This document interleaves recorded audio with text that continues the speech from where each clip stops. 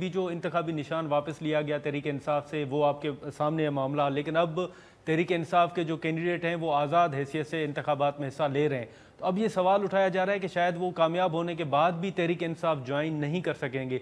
Election act में sir या आइन में कहीं ये लिखा हुआ है कि वो पार्टी ज्वाइन नहीं कर सकते, या आपकी नज़र में क्या मामला होगा? नहीं, पार्टी ज्वाइन करना तो हक है, वो उनकी गिनती होगी कि नहीं वो और बात है, पर पार्टी ज्वाइन करना तो every citizen shall have the freedom to join a party, ये एवरी सिटीज़न है। और ये आर्टिकल 17 है कॉन्स्टिट्यूशन का, बुनियादी हक है, उसको तो रोक ही नहीं सकते।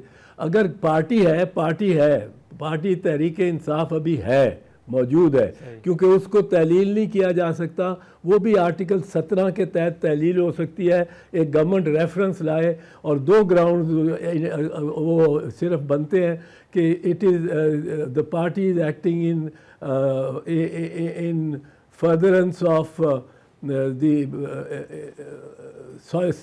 integrity and solidarity of Pakistan, in furtherance of disintegrating the Pakistan। तो ये एक उसमें ग्राउंड है, उसके लिए पूरा फाइल होनी चाहिए पूरा, और फिर पूरी प्रोसेस ट्रायल चलता है। नैब को 1974 में बैन किया था, तो कुछ साल के 8 महीने वो प्रोसीडिंग्स हुई थी, गवाह होते थे, जिरा होती थी।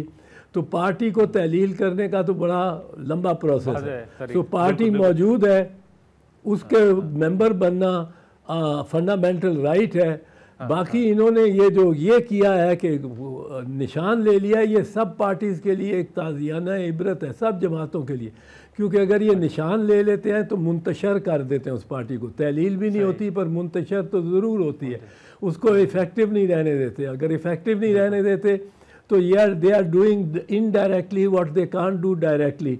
और दूसरी बात यह है कि वोटर का ये निशान जो है ये पार्टी का नहीं है, ये उस वोटर का है जो इलिटरेट है, ना दहिंदा है, पढ़ नहीं सकता, 20 नामों में अपने कैंडिडेट का नाम सिलेक्ट नहीं कर सकता। उसको कहते हैं कि आप तीर के नाम पे वोट कर दो, वहाँ जाके मोहर लगा दो, उसको निशान बता देते हैं।